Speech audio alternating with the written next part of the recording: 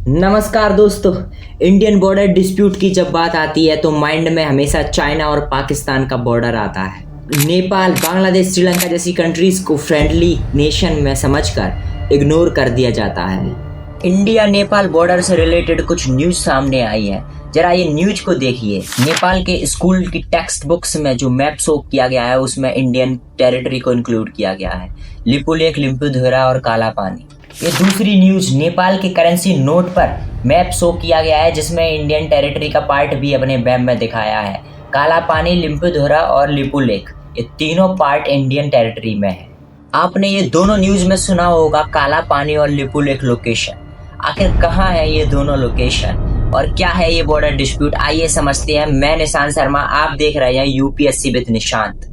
History of India Nepal border. India में पहले British राज होता था और नेपाल के किंगडम में गोरखा राज करते थे। पहले नेपाल का बॉर्डर सतलज नदी से लेकर तीस्ता रिवर तक होता था, जो कि जिसमें बहुत सारी इंडियन टेरिटरी का पार्ट आ जाता था।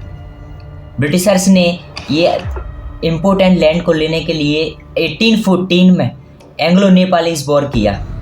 गोरखा किंगडम ने ब्रिटिश से लड़ाई की। 1816 में ट्रीटी ऑफ सुगौली हुई। Treaty of Sugali location Bihar के चंपारण डिस्ट्रिक्ट में है, जहां पर इन दोनों के बीच ये ट्रीटी हुई। इस ट्रीटी के तहत गढ़वाल, कुमाऊं और तराई एंड सिक्किम रीजन इंडिया का पार्ट बना लिया गया और वेस्टर्न नेपाल की तरफ उत्तराखंड में काली रिवर, जिसको बाउंड्री बना दिया गया नेपाल का। ये आज का जो नेपाल है उसका पूरा साइज एंड फॉर्मेशन कर दिया गया। दरअसल जो ट्रीटी में काली रिवर का मेंशन है, वो काली रिवर 3 अपस्ट्रीम यानी कि 3 अलग अलग नदियों से मिलकर एक बनी हुई है। तो कौन सी ब्रांच को बॉर्डर माना है ये ट्रीटी में क्लियरली मेंशन नहीं है, इसलिए हिस्टोरिकली काला पानी, लिपुलेख के सारा एरिया इंडिया के अंदर ही रहा है। ये जो काला पानी का एरिया है ये बहुत स्ट्रेटेजिकली इम्पोर्टेंट है इंडिया के लिए। यहाँ से मानसरोवर के लिए एकमात्र रास्ता है जहाँ से निकल के इंडियन तीर्थयात्री जा सकते हैं। तो इंडिया के BRO, बॉर्डर रोड ऑर्गेनाइजेशन ने यहाँ पर एक रोड कंस्ट्रक्ट की चाइना के तिब्बत रीजन के लिए, मानसरोवर को जाने के लिए।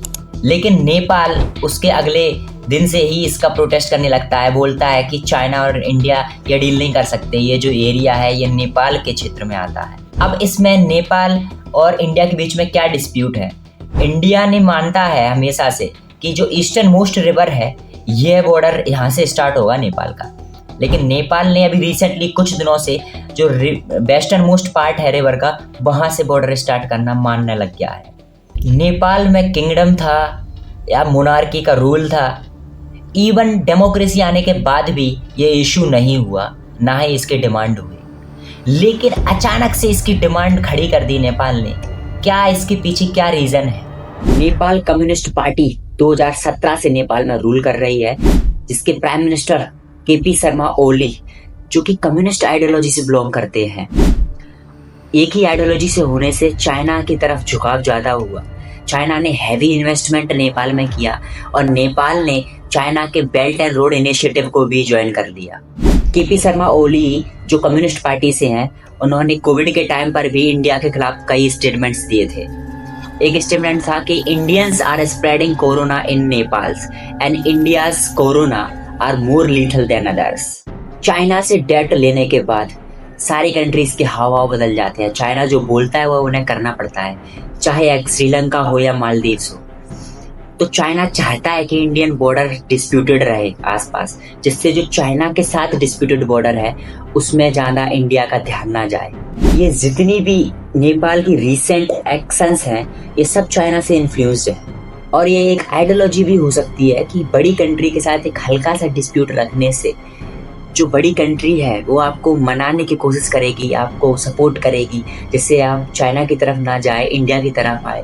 तो नेपाल का इससे फ़ायदा भी हो सकता है, ये भी एक कारण हो सकता है दोस्तों।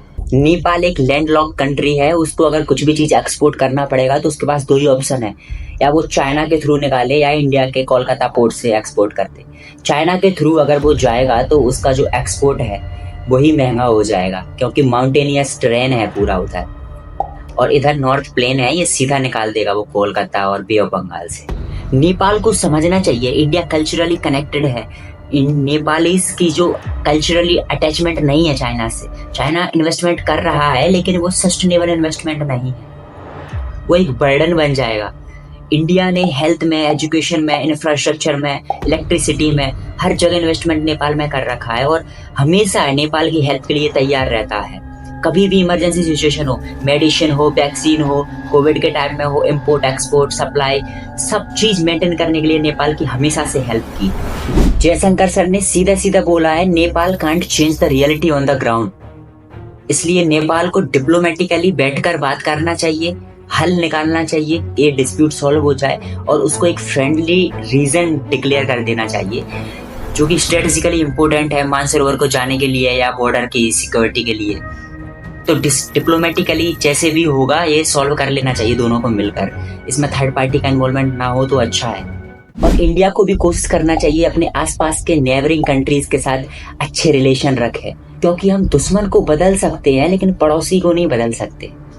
इसलिए सब लोगों के साथ अच्छा रिलेशन रहे इंडिया को, तभी इंडिया एक पावरफुल नेशन बन पाएगा, तभी इंडिया उभर पाएगा। और साउथ लीडर बनना है, यूएन की सिक्योरिटी काउंसिल में जाना है, तो इन सबका सपोर्ट तो चाहिए। नेक्स्ट वीडियो किस कंट्री के साथ इंडिया के रिलेशन या इंडियन बॉर्डर डिस्प्यूट की आपको वीडियो चाहिए, कमेंट सेक्शन में जरूर बताएं। Thanks for watching and stay tuned for next video.